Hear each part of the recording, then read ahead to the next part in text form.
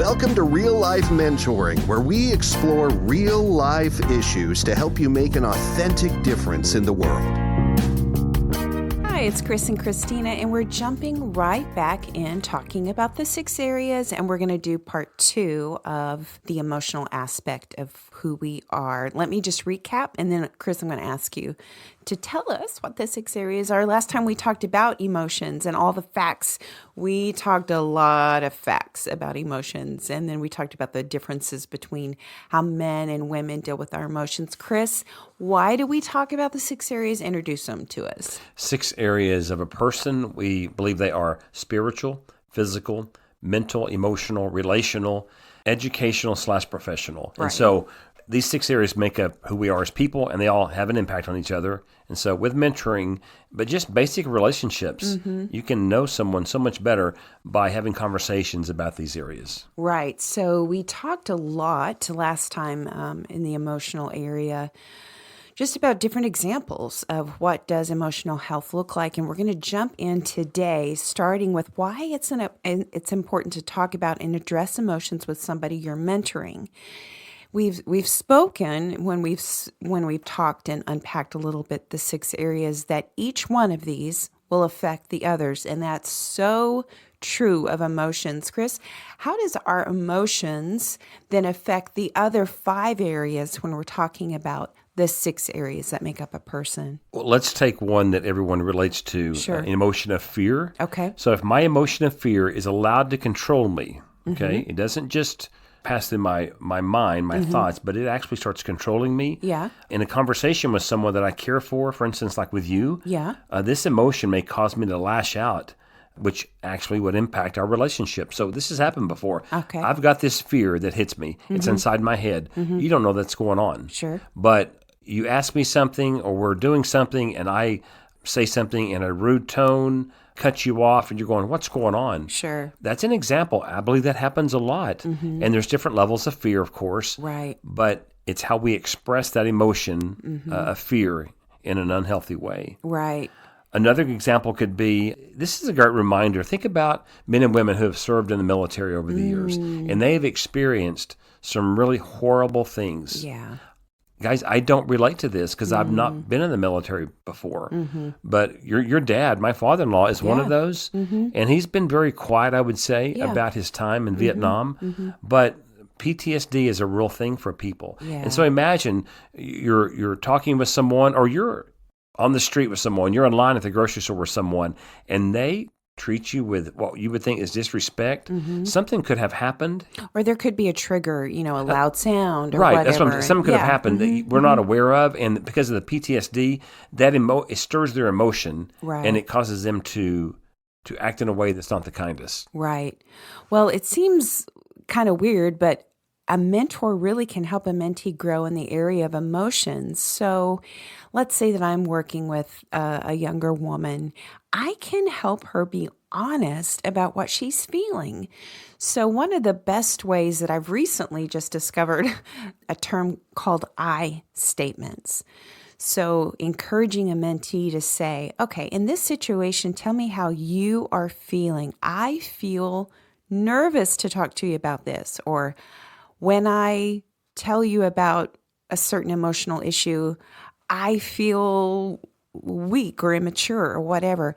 Helping give a mentee language for their emotions is really so beneficial. You can also ask questions like, had I had a mentor when I was younger, I would have loved for someone to say, which emotions make you nervous to talk about? Because I repressed anger for years and years and years. Or maybe you could ask a mentee, which emotions are difficult for you to allow in front of others? Years ago, I remember working with a young woman. She said, I refuse to cry. I just won't cry in front of other people. So there was obviously some emotional things going on. Talk about it, address it. A mentor has the privilege to do that. Here's an emotion that I would say it is strange for most men to be asked and for them to have the courage to be honest. Chris, are you sad? Someone asked me, Chris, are you sad about this? That doesn't sound very manly to be sad, which is ridiculous because sadness is is one of the emotions that we deal with, both male and female Yeah. alike. And so to be able to say, it feels, guys, it really, talking about emotions, it feels good to be able to say, you ask me, Chris, do you feel sad about this situation? And I can go, you know what? I really do. Mm-hmm. I'm being honest. It gets out of my head. It gets out of my heart. And I can able to verbalize it. And it does something in the healing process for me. Yeah. To be able to just say, I am sad. I am angry. I am upset. I don't know how I feel, but I'm having or I some don't know feelings. how I feel. Yeah. To be so honest about it. And guys, we realize we live in this real world as you do. You cannot do this with everyone. Yeah. Some people don't want to know Right. your true emotion. Right. In fact, some people are freaked out by it. Well, and when we're talking about being honest in your emotions, also be very aware of who your audience is, right?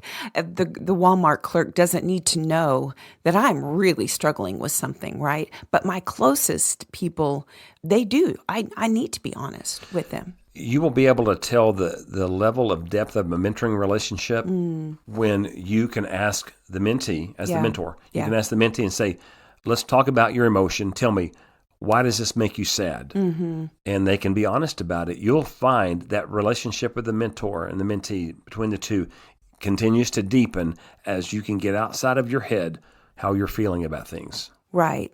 So this isn't on our notes, but I just had this thought. Sometimes if you're wondering, who do I share my stuff with, right? Sometimes people's negative response can actually be a learning. I'm just thinking back when we had a season, we were just worn out with life, and we had taken a sabbatical. We were overseas. We came back home, and we were just, there was only a handful of people that we could truly be honest and say, we're done. We're done with life. We are worn out. Sometimes if we would begin to share with certain people, they couldn't handle it. Like, you guys are my rock. Wait, you're falling apart? If you're falling apart, what does this mean for me? So I say that you may very well be very honest with your emotions, and somebody can't handle it. That's okay. It doesn't mean it's you. It doesn't mean it's you. It It just means find somebody who will cover your emotions well. Be able to receive it well. Right. And we've been in leadership roles for years. We have discovered that when you're a leader, so if you're a leader in some capacity, you probably have experienced this at some point because of your role as a leader and how people see you. When you're honest about your emotions, it will bother some people. Yeah. Wait a minute, you're a leader. Guys, here's a reality check. People are people. Yeah. Whether you're a leader in some capacity or not, you still have the emotion. Again, you don't just share it with anyone. Right. But that's just reality. We all deal with emotions, and sometimes it's hard to hear that from certain people. Okay, let's move on. We talk about honesty and how we're feeling. It will help relationships or hurt relationships. What does that mean? Oh, I think that's a bigger topic than just for this episode. Yeah. But I open up and talk to someone who's mentoring me, and I can be honest about it. It gets it off my chest, and that there's trust built. Yeah. And then that strengthens that relationship. They go, that person knows it about me. Right. He didn't walk away. He didn't shame me or guilt me. He just said, Chris, that's normal. Let's talk through it. I feel more connected to that guy. Yeah.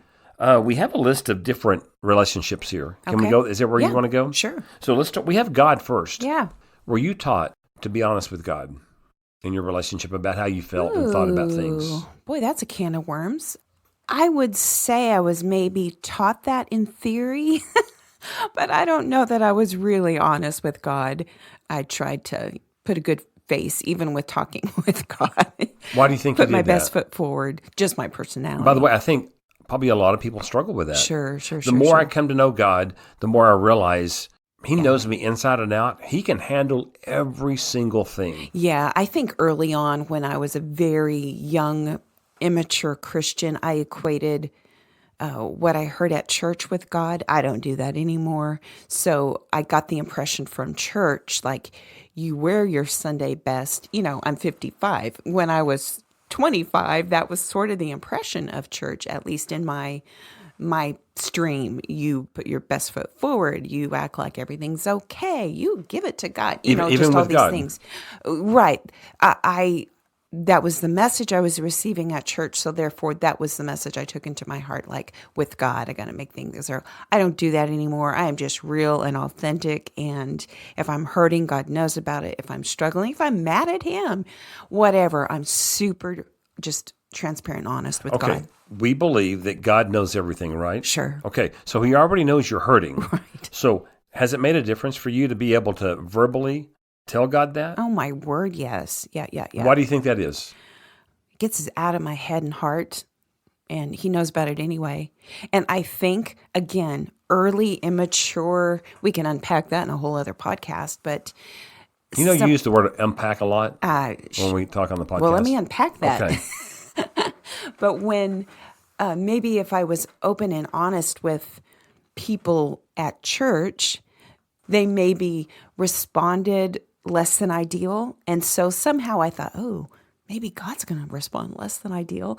And so, as I practiced being honest with God, and he still loved me, he still cared for me, I still had intimacy with him, the earth didn't stop rotating on its axis. It's like, oh, God's love really is unconditional. He is faithful all the time. And guys, we realize some of you listening may not have a relationship with God that you can say Right. personal, that you understand this.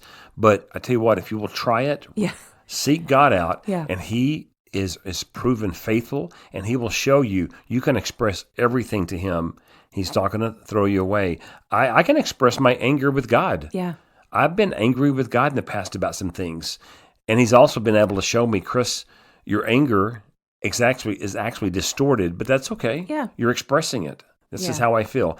Let's go to spouse. Sure. Okay, so you and I have been married for 32 years. Would you say that we were honest in our emotions with one another early on in our marriage? Oh, heavens, no. I wasn't. I had a hard time expressing anything unpleasant other than joy, happiness, Yahoo. If anything was bothersome, if I was mad, if I was upset, irritated, those emotions were very, very, very hard to express. I think we've shared this on a previous episode on our podcast before, but I remember early on, and we can laugh about it now, but it was not laughable back then. I would say I could sense something was off Yeah. with you, and you'd say, "Now, Chris, this is just me thinking." Well, that was after I had 2 days to ponder, like, you've got to say something, you've got to say something. And then I would frame, okay, here comes something unpleasant. This is just me thinking, but I feel like blah, And blah, then blah, boom. blah, blah. Yeah. And I remember being shocked by it and going, "I don't understand." Right. That was difficult for me early on in our marriage. Yeah. It was Because difficult. I would express probably too much. Right. And I couldn't express enough just because of our own baggage, right?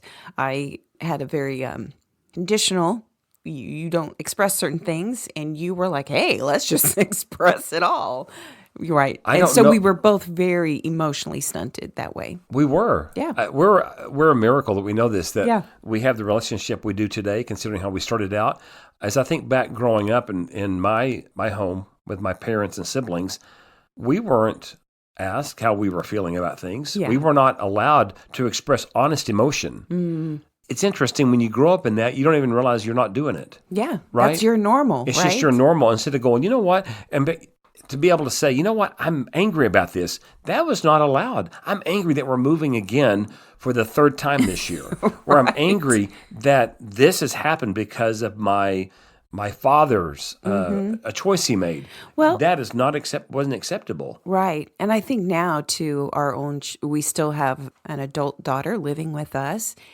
And we've had some conversations. She goes, wow, Mom, when this happens or when you do this, it makes me feel so good. Like, simple example, when I have some of her favorite foods, when I take the time to go, oh yeah, she doesn't like muffins that have fruit in them. She likes the chocolate chip cookies.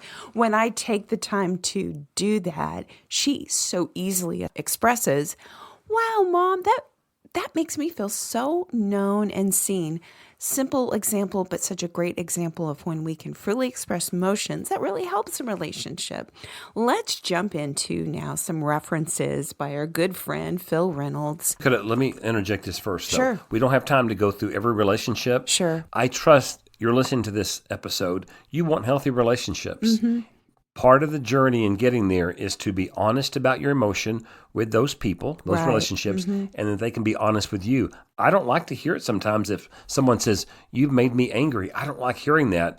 But if it's honest, if I can hear it, and then we can walk through that together. Yeah. So caring about your relationships, emotions are going to be a part of it. They just are. Right, right. So what are some signs that someone has unhealthy emotions? In part 1, we talked about somebody's response. Maybe it's a 50-cent problem and they respond with a $500 response. That would be a good indicator that maybe they have an unhealthy way of dealing with emotions. One resource we just want to remind you of and talk a little bit more of is the concept of emotional intelligence.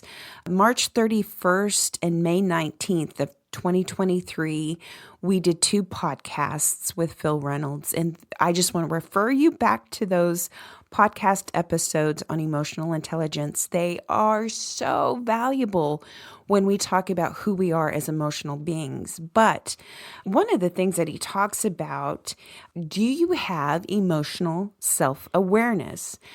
If you're a mentor and you maybe suspect, don't know how emotionally aware my mentee is, you could ask them some questions. So you could say, hey, could you describe what you're feeling? That sounds silly, but sometimes people may not even know, I'm feeling some feelings about this. Okay, what is it? Describe. Well, I find it hard to get up in the morning, and I kind of feel like a pain in my stomach, and, things that I like to do, I don't really have any joy in doing. They may not know that could be some mild depression. Have them describe what they're feeling. A really important reason to understand some of these aspects of emotional intelligence, like emotional self-awareness. Right. If you're not emotionally self-aware, you are hindering some relationships that you're not even aware of. Right. I think that's strong, because I think what we're trying to say is if I'm helping a mentee, she may not be hindering relationships. She may first not even be aware of her own emotions. Will her relationships be hindered? Possibly, but giving her language for her own emotion is so, so helpful. I see what you're saying, right? Yeah, maybe there's a fine line. If I'm not aware of something in my life, it's still there.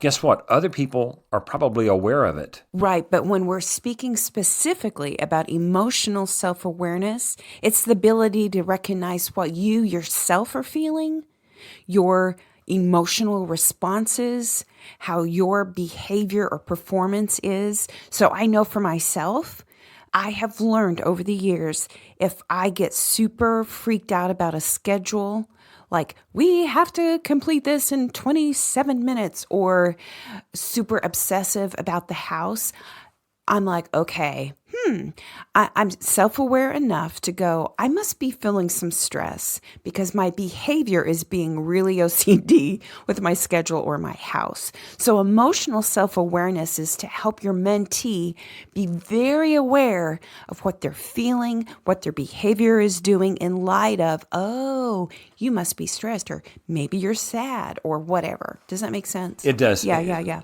Let's maybe ease some of the stress that you could be hearing from what we're talking about, to learn that maybe you're not as emotionally self-aware as you would like to be. Guess what? That's just a beginning to go, okay, so it takes practice. How can I learn that? A mentor can help you. A mentor can learn you. Can learn you. You can learn you how to. A mentor can teach you how to do these things. But you know what, mentors? You've got to learn it yourself as well. Right. All right. Where do we go from here? Let's talk about emotional self-regulation. So that's the ability to stay focused and think clearly in the midst of powerful emotions. So you could ask your mentor questions like, okay, are you easily irritated by things? Maybe other people, or, I think it was in episode 1, we talked about road rage. If somebody is responding wildly to road rage, maybe there's some emotional self-regulation that needs to happen. You think maybe? Something's off. Yeah. Okay. Let's talk about motivation. Seems like a no-brainer. Okay, but motivation is the ability to use your deepest emotions to move and guide you towards your goals. Right. This ability enables you to take the initiative to persevere in the face of obstacles and setbacks. Right. So How would this show up? Well, if I'm a typically self-motivated person and I have periods of time where my work is I'm underperforming in my work or just not motivated in creative things, that's probably an indicator that something could be off emotionally. I've experienced this before where I receive a phone call or an email that's not pleasant. Yeah. I've allowed that emotion of that unpleasantness to distract me, and I lose productivity that day. Yeah. Fortunately, that's not a typical pattern, but I know when that's happened before, and I go, I've allowed that emotion or that response and that email or that phone call or that conversation to totally demotivate me. Well, and sometimes it's a simple question that can really realign things. So again, because we take a biblical perspective on things, I love the concept of in the Old Testament about where there's no vision, people perish.